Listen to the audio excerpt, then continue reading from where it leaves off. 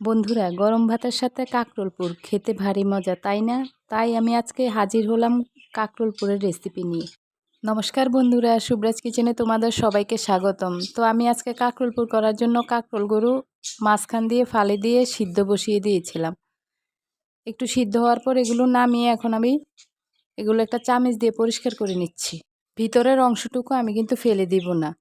সবগুলো আমার পরিষ্কার করা হয়ে গেলে আমি ভিতরের অংশগুলো থেকে একটা একটা করে বিচিগুলো ছাড়িয়ে নেব, কারণ এই বিচিগুলো অনেক শক্ত, এগুলো খাওয়া যাবে না, ভালো লাগবে না খেতে।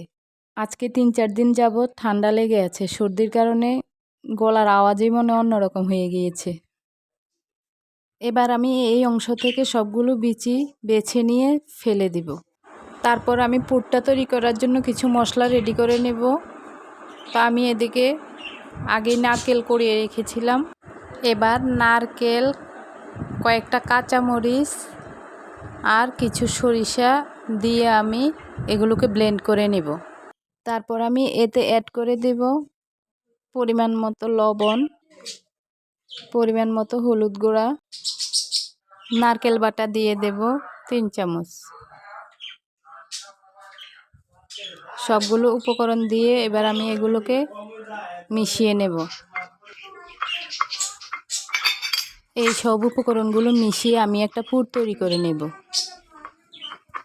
মিশানো হয়ে গেলে এবার আমি কাঁকরোলের যে অংশগুলো খালি করে নিয়েছিলাম এতে পুরগুলো দিয়ে দেব। এভাবে সবগুলো কাঁকরোলে আমি পুরগুলো ভরে নেব। আর আমি আগে থেকে একটু ময়দা, হলুদ, লবণ পরিমাণ মতো দিয়ে বেসন তৈরি করে নিয়েছিলাম। আমার সবগুলো কাঁকরোলে পুর ভরা হয়ে গিয়েছে। এবার আমি কড়াইতে তেল গরম বসিয়ে দেব, দিয়ে আমি কাঁকরোলগুলো একটা একটা করে দিয়ে দেব। প্রথমে আমি 2টা কাঁকরোল দিয়েছি, দিয়ে এগুলোকে একটু উল্টে দিয়েছি, না হয় একটার গায়ে আরেকটা লেগে যাবে। সবগুলো একসাথে দিলে পরে একটার গায়ে আরেকটা লেগে যাবে, তাই আমি এই দুটো উল্টে নিচ্ছি। এবার আর বাকিগুলো দেব। আমি 4টে কাঁকরোল পুর দুপুরবেলার জন্য নিয়েছি, আর দুটো অল্প ভেজে রেখে দিব, ওগুলো রাতে গরম করে নিব।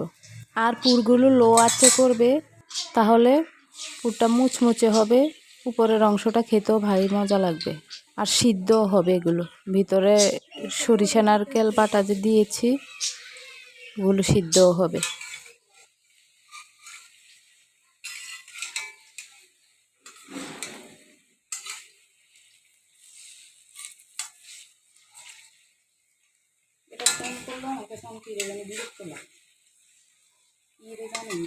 আমার কাঁকরোল ভাজাটা একটু পুড়ে গিয়েছে, আমি কি যেন একটা কাজ করতে গিয়েছিলাম, যার কারণে এটা পুড়ে গিয়েছিল।